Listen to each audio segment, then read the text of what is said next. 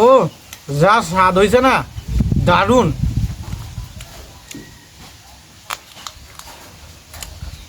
সেই স্বাদ।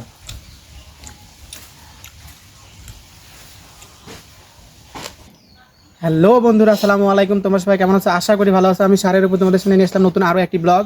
তো অনেকদিন ধরে হাঁসের মাংস খাইতে ইচ্ছা করতেছিল, তো আজকে বাজার থেকে একটা হাঁস কিনে নিয়ে আসলাম।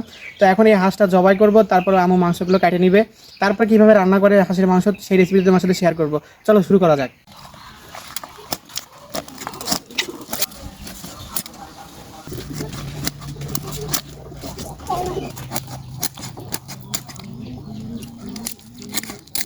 হাঁসের মাংস কাটা হয়ে গেছে, এবার মাংসগুলো ধুয়ে আমু রান্না শুরু করবে। তেল দিয়ে দিলাম, এবার মশলা দিয়ে দিলাম, কাঁচামরিচ, পেঁয়াজ কুচি, রসুন বাটা, জিরা ধনিয়া বাটা, মশলা বাটা, আদা বাটা, মরিচ বাটা, লবণ, হলুদ,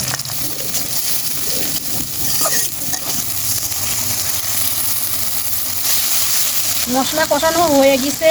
আমি এখন মাংস দিয়ে দিচ্ছি।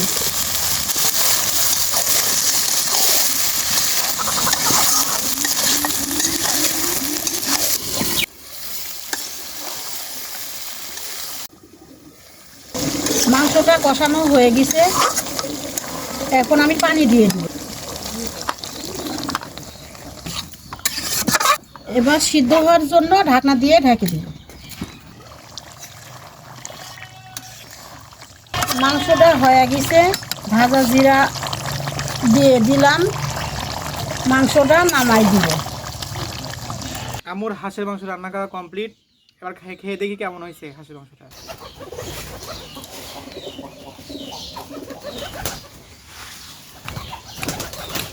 অসাধারণ, দারুণ হয়েছে খাইতে, সেই লেভেলের যা রান্না হচ্ছে না। মাংসটা খুব ভালো সিদ্ধ হয়েছে।